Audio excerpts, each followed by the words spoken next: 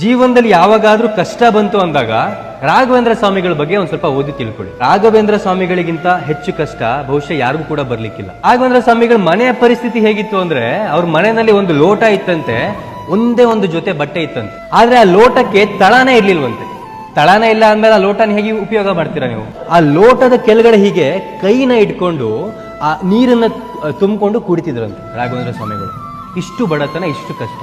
ಅವರ ಮನೆಯಲ್ಲಿ ದೀಪಕ್ಕೆ ಎಣ್ಣೆ ಹಾಕುವಷ್ಟು ಕೂಡ ಅವ್ರ ಹತ್ರ ದುಡ್ಡಿರ್ಲಿಲ್ಲ. ಸೊ ರಾಘವೇಂದ್ರ ಸ್ವಾಮಿಗಳು ಏನ್ ಮಾಡ್ತಿದ್ರಂತೆ, ರಾತ್ರಿ ಹೊತ್ತು ಆ ದೀಪ ಇನ್ನೇನು ಆರ್ತಿದೆ ಅಂದಾಗ ಒಂದಷ್ಟು ಒಣಗಿರೋ ಎಲೆಗಳನ್ನ ತಂದು ಇಟ್ಕೊಂತಿದ್ರಂತೆ. ಸೊ ಅದರಿಂದ ಒಂದ್ ಎಲೆನ ಹಚ್ಕೊಳ್ಳೋದು, ಅಷ್ಟು ಶ್ಲೋಕಗಳನ್ನ ಹಿಂಗೆ ಇಟ್ಕೊಂಡು ಓದ್ಕೊಳ್ಳೋದು. ಅದಾದ್ಮೇಲೆ ಆ ಎಲೆ ಇನ್ನೇನು ಸುಟ್ಟೋಯ್ತು ಅನ್ನೋಷ್ಟರಲ್ಲಿ ಇನ್ನೊಂದೆಲೆ ಒಣಗಿರೋ ಎಲೆ ಎತ್ಕೊಳ್ಳೋದು, ಅದಕ್ಕೆ ಬೆಂಕಿ ಹಚ್ಕೊಳ್ಳೋದು, ಆ ದೀಪದಲ್ಲಿ ಒಂದಷ್ಟು ಹೊತ್ತು ಓದೋದು. ಹೀಗೆ ಮಾಡ್ತಾ ಮಾಡ್ತಾ ರಾತ್ರಿ ಇಡೀ ಓದ್ತಿದ್ರಂತೆ. ಅಷ್ಟೆಲ್ಲ ಕಷ್ಟಗಳು ಬಂದಾಗ ರಾಘವೇಂದ್ರ ಸ್ವಾಮಿಗಳು ನಮಗೆ ಯಾಕೆ ಇಷ್ಟು ಕಷ್ಟ ಬರ್ತಿದೆ ಅಂತ ಅವ್ರು ಯಾವಾಗ್ಲೂ ಯೋಚನೆ ಮಾಡೋದಿಲ್ಲ. ಎಲ್ಲವನ್ನು ಕೂಡ ನಗ್ನಗ್ತಾ ಎದುರಿಸ್ತಾರೆ. ಇವತ್ತು